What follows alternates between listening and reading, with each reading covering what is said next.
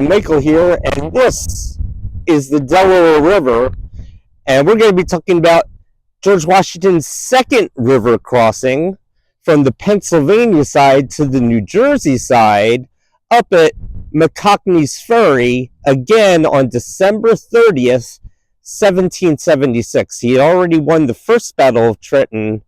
Now would there be another one? And his first way of leading was to lead from the front. So they marched down south of the Assunpink River and they set up camp. But it got to the new year. It's now 1777, and the men either had to re-enlist or the army would vanish. So how is he going to do that? Because the men want to go home. They're hungry. They're not in good shape. So he makes a personal plea to them on his horse. He's riding up and down. And he says to them, my dear fellows, I know not how to spare you. What will we do for your wives, your houses, everything that you hold dear, your country? We need you here, and if you will stay for just 1 month more, then we can keep on with the battle, and you'll do more in that circumstance, staying with the army, than you can in any other way. It's a fight and the cause of liberty that you're fighting for. So this is what he says to his men. And he says it personally. He doesn't just say, oh, we have $10 for you, please rejoin. Which they did. For anybody who would rejoin, they give him $10. And he got 90% of his men to remain in the army. So the army was saved. Now, General Cornwallis was probably the most unexcited person about having to go to Princeton and then having to fight in Trenton again, because he was supposed to go back to England. He was supposed to have a leave of absence. His wife was sick, and he needed really to go to be with his family. But General Howe said no, and General Howe was up in New York, but he says, no, you've got to march from New Brunswick with your 8,000 men down to Princeton, where there was an outpost, and then take on General Washington if he came back to New Jersey. And so he gets there on New Year's Day as well in 1777. And the next day, he's ready to attack and takes 5,500 men with him, leaves some in Princeton on an outpost, leaves about 1,500 in near Lawrence today, and goes upon his march. He expects to get to Trenton by about noontime, but the going is slow, and it's muddy. It's warmer this day. It gets to about 50 degrees, but it's 12 miles, and it's slow marching. So, and as he's going, one of General Washington's great strategies was fight the battles on your schedule, not the enemy's. And his schedule was make it as late as possible.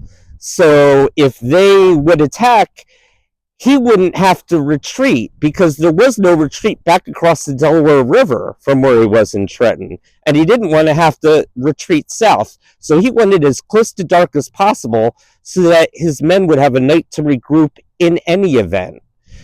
And he sends 1,000 men up to harass at 3 different creeks, believe it or not, on the march that Cornwallis had, Cornwallis's men. And he does, and they have to pause at different times to stop Cornwallis on his march, and they don't get to Trenton until about 3 p.m. And if you know anything about New Jersey, like I do, by about 4:40 p.m., it's dark here. It's sunset. It's getting dark. You can look now. It's just past 4, and it's starting to get dark outside. So he gets there at 3, and he makes 3 attempts, Cornwallis, to cross the Assunpink Bridge. There's only one bridge. He doesn't have boats to cross his other men and outflank him right now.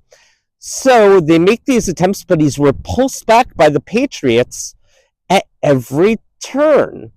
So Henry Knox does a great job with the cannons and with the firing, and General Cornwallis is going to have to keep his men back on the other side of the Assunpink River for the night and attack again on dawn on January 3rd.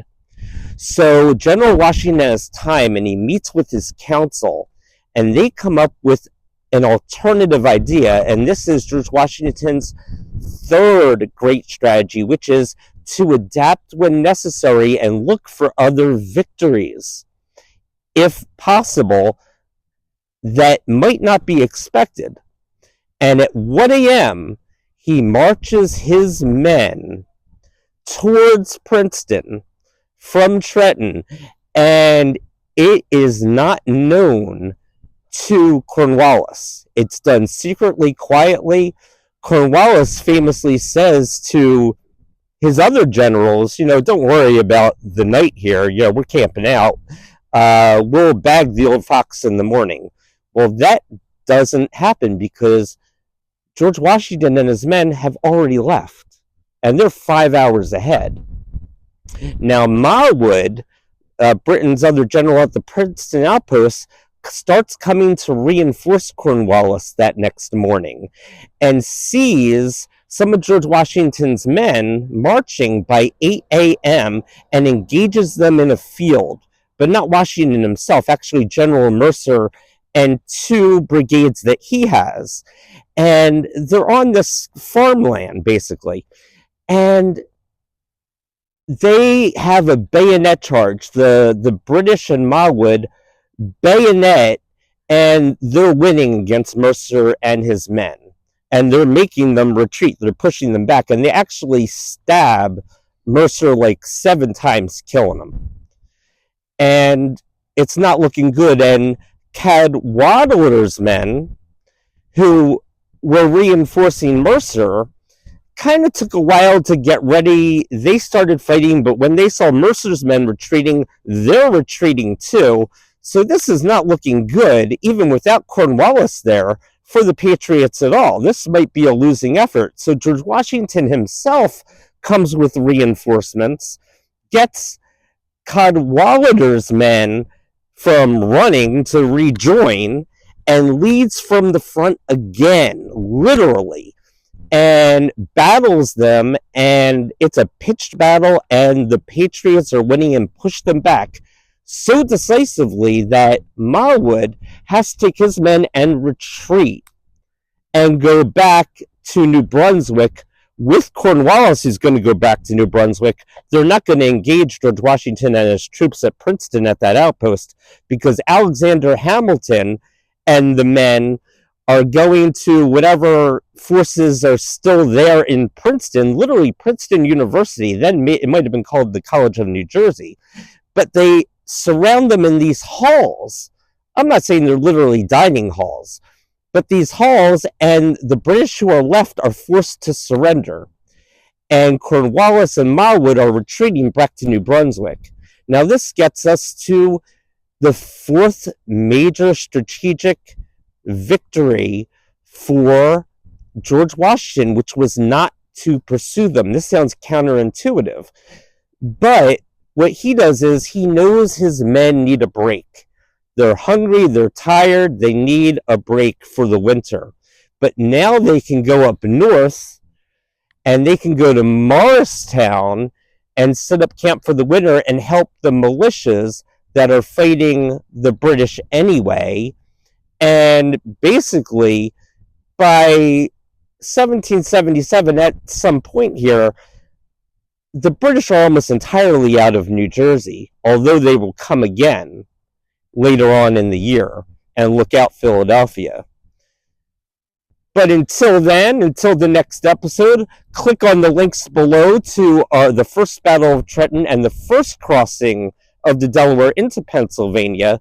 And remember, History happens every day.